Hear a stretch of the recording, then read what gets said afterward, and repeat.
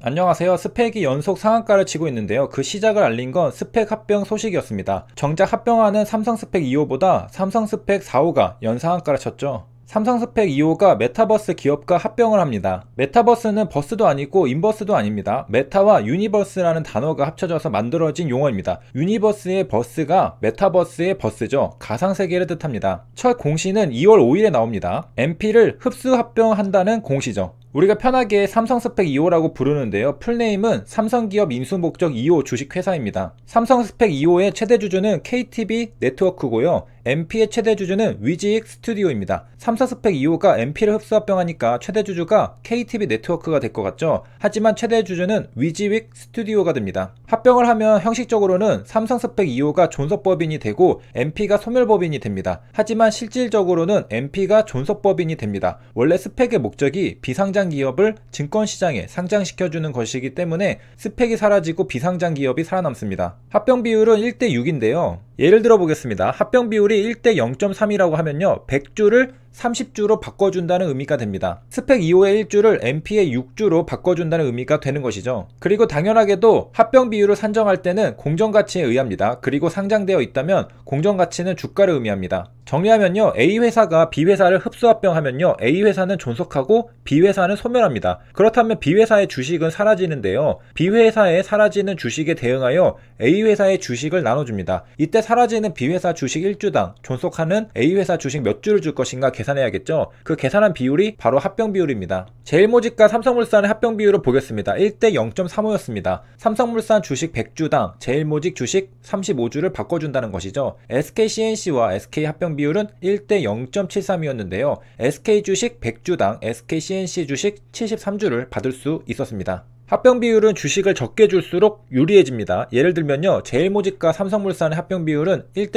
0.35였습니다. 제일모직 1주당 삼성물산 0.35주였죠. 그런데 합병 비율이 1대 0.5로 올라가면요. 제일모직 1주당 삼성물산 0.5주를 받을 수 있게 됩니다. 제일모직 1주당 삼성물산 주식을 더 많이 받을 수 있게 된 겁니다. 이 경우 유리한 건 누구일까요? 제일모직입니다. 왜? 전에는 제일모직 1주당 0.35주밖에 받지를 못했는데요. 합병 비율이 올라가고 나서는 1주당 0.5주 받을 수 있게 되었기 때문입니다. 상장사들 간의 합병은 주가를 기준으로 합병 비율을 구합니다. 하지만 비상장사는 주가가 없죠. 그래서 회계법인에서 합병 비율을 계산합니다. 그래서 비상장사 MP의 합병 비율에 대해서 신한회계법인이 계산하게 된 것입니다. 계산을 해보니까 스펙은 1주당 2,000원이 나왔고요. MP는 1주당 12,000원이 나왔습니다. 그래서 합병 비율이 1대 6이 된 겁니다. 합병하면 MP는 소멸되어 해산한다고 하는데요. 실제로는 아니라는 걸 아까 공부했죠. 스펙은 1주당 2,000원이었는데 MP는 1주당 12,000원이었죠. 어떻게 계산된 건지 보면 이게 본질가치 12,000원입니다. 본질가치는 자산가치와 수익가치로 나뉘는데요. 각각 비중을 자산가치에 1을 주고 수익가치에 3.417을 줘서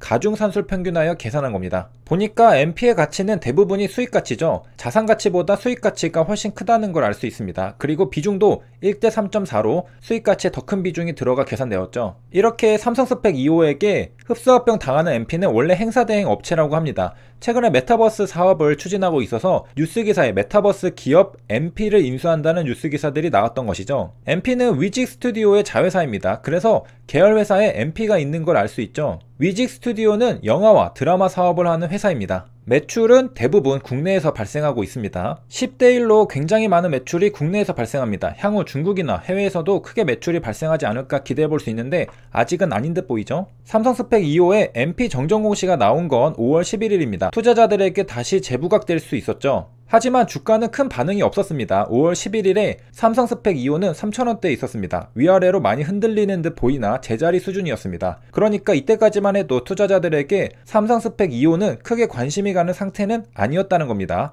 메타버스 사업을 추진 중인 MP와 흡수합병하는 게 큰 이슈는 아니었다는 것이죠. 하지만 시장에 큰 파급력을 주는 공룡기업이 등장하면 얘기가 달라집니다. 뉴스기사에 따르면 약 2주 뒤 넷플릭스가 메타버스 구독형 게임 서비스 진출을 모색하고 있다는 소식이 전해지니까 투심이 살아나게 됩니다. 24일 삼성 스펙 2호의 주가입니다. 거래량이 터지면서 장대 양봉이 나오기 시작합니다. 이때부터 본격적으로 스펙주들이 날아다니기 시작합니다. 삼성 스펙 2호가 장대 양봉이 나오니까 기대감으로 덩달아 삼성 스펙 4호가 더 강력하게 상승합니다. 삼성 스펙 4호는 이날 첫 상한가를 칩니다. 5월 24일 첫 상한가를 시작으로 연속 상한가의 모습을 보여주고 있습니다. 삼성 스펙 2호는 누구랑 합병할지도 정해져 있기 때문에 추가적인 다른 기대감이 없는데요. 반면에 삼성 스펙 4호는 누구와 합병할지 정해져 있지 않아서 기대감이 더욱 살아있는 것이죠. 이런 모습은 마치 과거 삼성중공후의 연상한가를 보는 듯 합니다. 굉장했죠. 저도 삼성 스펙 4호를 매매했었는데요. 삼성중공후를 상상하면서 매매했습니다. 자세히 보면 연속 상한가를 치면서도 지속적으로 밑꼬리는 달면서 올라갑니다. 밑꼬리를 다는 시점에는 파란색 음봉인 상태라는 걸 알고 있어야 합니다. 겁먹을 게 아니라 음봉 상태에서 잡아봐야 하는 것이죠. 삼성 스펙 4호를 보면요, 이렇게 장이 시작되면 음봉으로 무섭게 떨어집니다.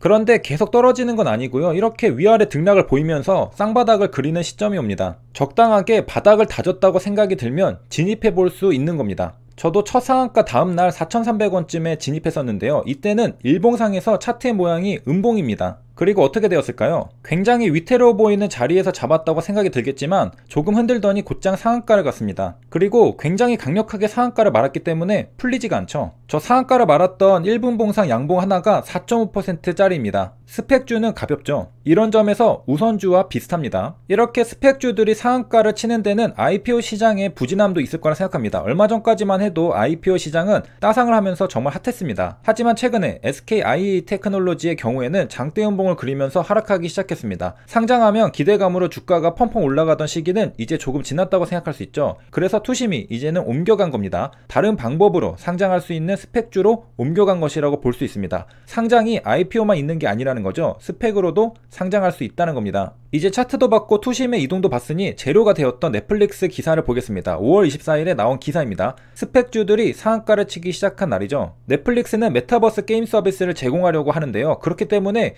게임 부문을 담당할 임원급 인재를 영입하는 데 집중하고 있다고 합니다. 넷플릭스의 특징은 업계 최고 연봉을 주기로 유명한데요. 관련 업계 종사하는 분들에게는 좋은 일자리가 생겼네요. 5월 24일에는 스펙주만 상한가를 간 게 아닙니다. 메타버스와 관련된 선익 시스템도 상한가를 갔죠. 재료는 넷플릭스 메타버스 진출 기대감입니다. 선익 시스템은 1,400만 주 거래량을 터뜨리면서 상한가를 마감하고요, 정고점을 돌파했습니다. 넷플릭스는 메타버스를 통해 양방향 소통이 가능한 서비스를 제공하려고 합니다. 보통 우리가 넷플릭스를 볼 때는 TV 보듯이 우리가 받아들이는 것밖에 할 수 없었는데요. 메타버스 서비스가 시작되면 우리도 뭔가 영향을 미칠 수 있습니다. 게임이라 생각하면 되겠죠. 선익 시스템은 왜 올랐는가? 메타버스 하면 AR과 VR인데요. 우리가 가상현실에 접속하려면 기기가 있어야 하죠. 그 기기를 생산하는데 수혜를 받을까 해서 선익 시스템이 상승한 겁니다. OLED를 만드는 회사가 선익 시스템이죠. 그리고 선익 시스템 사업의 내용에서도 AR, VR의 산업이 성장하면 우리 회사에게도 좋은 일입니다 라는 사실을 알려주고 있습니다.